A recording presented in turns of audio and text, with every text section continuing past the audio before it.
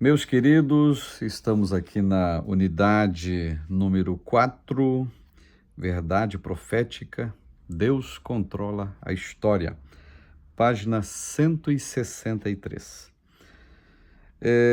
Então, essa unidade praticamente ela fecha a disciplina com chave de ouro, apresentando uma verdade fundamental.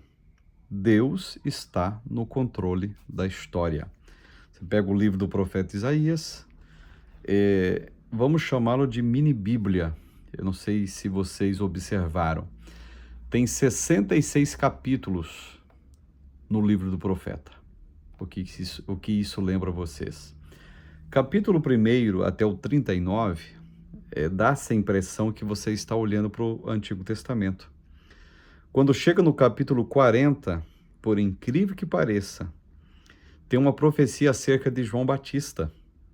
E João Batista, você sabe muito bem, é o personagem principal do Novo Testamento, dos Evangelhos, até que apareça a pessoa de Jesus.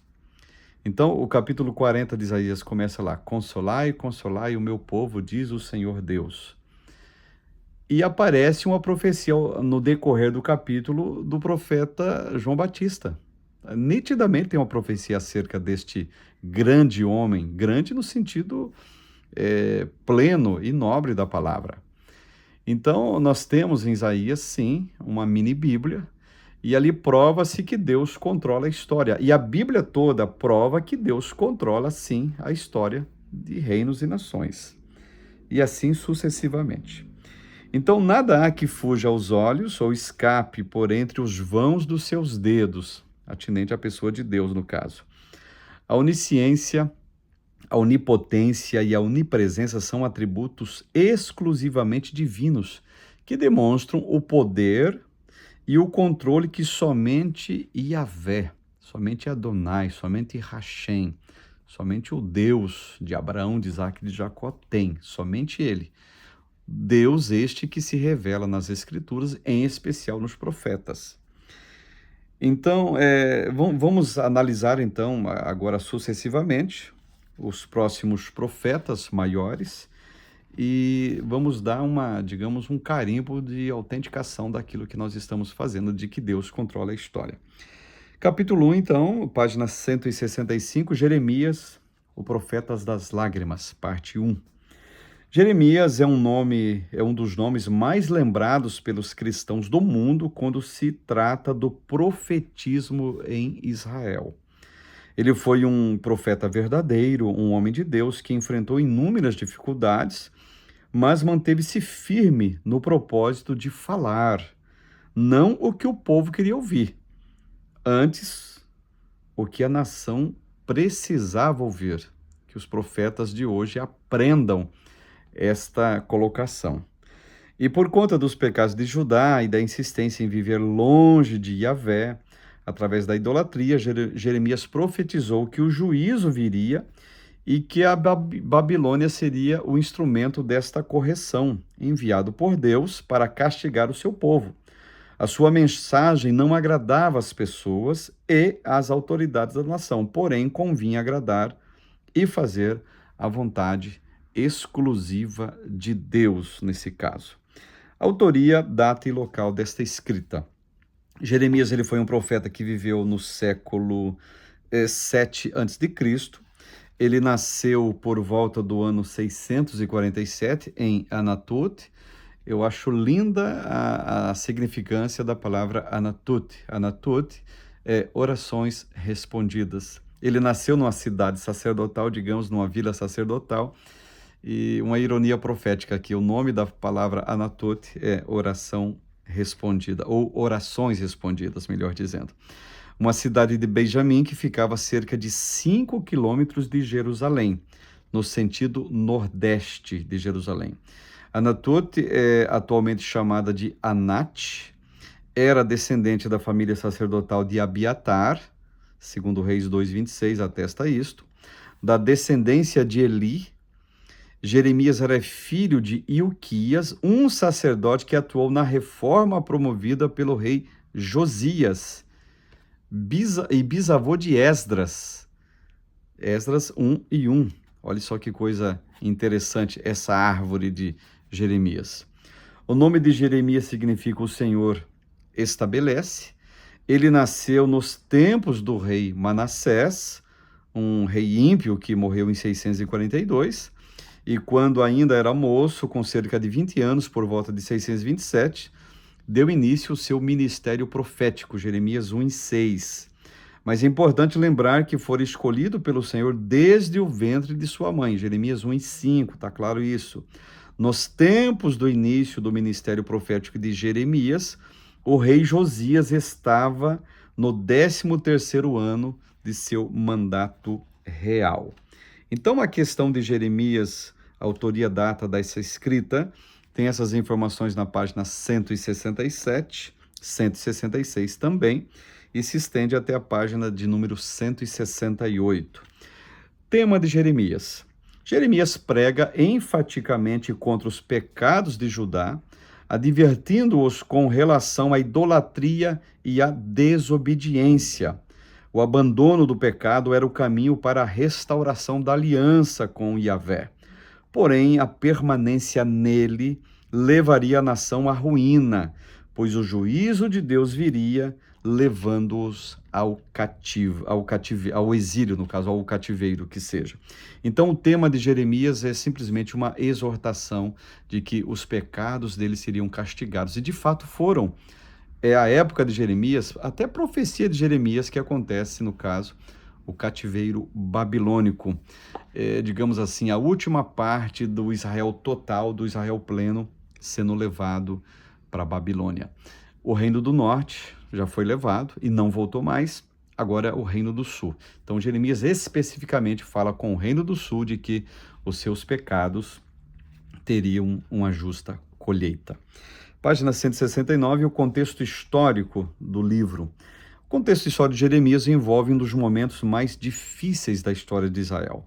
Reis idólatras estiveram no comando da nação, levando o povo ao abominável pecado da substituição, colocando deuses, letra minúscula aqui, no lugar que deveria ser de exclusividade de Yahvé.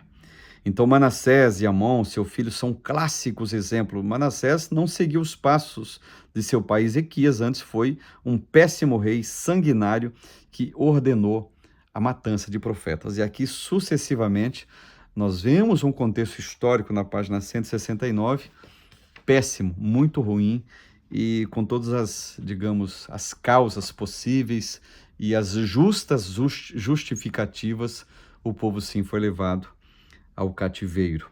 Contexto espiritual religioso, página 170. Jeremias ele profetiza para uma nação que tinha firmado aliança com as práticas pecaminosas, desagradando ao Senhor com isso, claro. Ele proclamava, o arrependimento e o chamado à genuína conversão, lembrando o povo dos feitos de Yahvé, feitos por ele, no caso. E historicamente Israel pecara trocando o Senhor por outros deuses. E porém a oportunidade de mudança de vida e de pensamento estava sendo ofertada. Portanto, era importante abraçá-la. Caso contrário, a punição viria. Jeremias 7:20, o verso 25, o verso 26, 35 e assim sucessivamente mostra-nos claramente isto. Então, falando de contexto religioso e espiritual, o contexto de Jeremias é um dos piores possíveis. Página 171 vai explicar isso também. E na página 173, não estamos dando muitos detalhes profundos nisso, porque a mensagem ela é linear e é bem conhecido de todos, tudo aquilo que Jeremias profetizou e tudo aquilo que aconteceu também. Mas eu acho importante, conforme já foi em outras feitas, frisarmos uma questão também para reflexão, página 173. Apresente aspectos da vida de Jeremias que deveriam influenciar os cristãos do tempo presente. Qual é o aspecto fundamental dele? Sabe porque ele chorava muito, ele orava muito, ele era fiel a Deus? Qual é o aspecto? Tem muitas qualidades que a gente pode apresentar, trazendo uma autoaplicação para nós. Capítulo 2, página 175, Jeremias, o profeta das lágrimas, parte 2. Então, foram apresentadas informações sobre a vida, a obra e o ministério do profeta. Indubitavelmente, este homem foi boca de Deus em um cenário de frieza espiritual e abandono das leis do Senhor. Então, nós vamos tratar agora, rapidamente, claro, de analisar os principais aspectos contidos no livro do profeta Jeremias. Por exemplo, o chamado de Jeremias. O capítulo 1 apresenta o chamado de Jeremias, que ocorreu quando ainda estava no ventre da mãe. Quando jovem, tal chamado fora ratificado e, ao ter consciência disso, o profeta sentiu-se incapaz. Vocês conhecem a história. Como uma criança. Porém, o Senhor garantiu que estaria com ele e lhe daria graça para atravessar as dificuldades que surgiriam pelo caminho. E de acordo com Rademacher, Allen e House, são 3 eruditos, abre aspas para eles na página 176. Jeremias não iria e nem falaria sozinho, ou por sua própria decisão, mas de acordo com a palavra do Senhor e com a manifestação poderosa dela. Mostrou-se uma vara de amendoeira, para eles, vocês estão lembrados.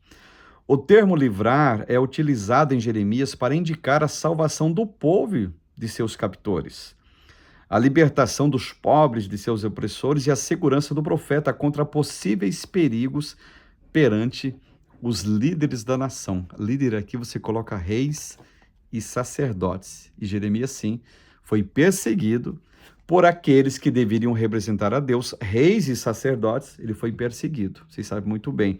E se for trazer para hoje quem é rei e sacerdote, a coisa fica pior ainda, melhor dizendo. Por 2 vezes, no chamado de Jeremias, Deus garantiu que estaria com o profeta para protegê-lo em momentos de crise pessoal. Jeremias repetiu essas palavras em oração a Deus. Jeremias 20, verso 11. A fonte da mensagem de Jeremias era claramente o Senhor. Mas a mensagem em si seria declarada por meio da personalidade, da experiência e do talento do profeta. Julgamento e restauração eram as 2 mensagens do profeta de Deus. A palavra arrancar, derribar, destruir, arruinar, edificar e plantar são repetidas em pontos chaves do livro do profeta Jeremias, a fim de reafirmarem o quê? O chamado do profeta. Então, é uma mensagem forte, é uma mensagem de urgência, e é uma mensagem, principalmente, gente, que brota da boca de um homem de coragem. Olha só, é bom nós analisarmos isso. Era um homem de profunda coragem.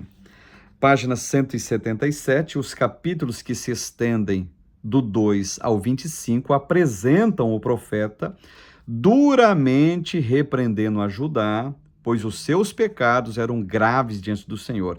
E aqui nós temos um gráfico, digamos assim, temos 2 tabelas, aqui melhor dizendo, dos pecados de Judá, gente. Não à toa tudo que aconteceu, o desterro, o exílio, a chegada do braço poderoso, punitivo de Babilônia. Página 178, temos ilustrações aqui do juízo de Deus, temos também mensagem de juízo e restauração, tem outro gráfico aqui. Deus fala às nações, um outro gráfico também. E Lamentações de Jeremias, página 180. Livro de Lamentações também vai entrar naquilo que é livros de um profeta maior, que no caso Jeremias.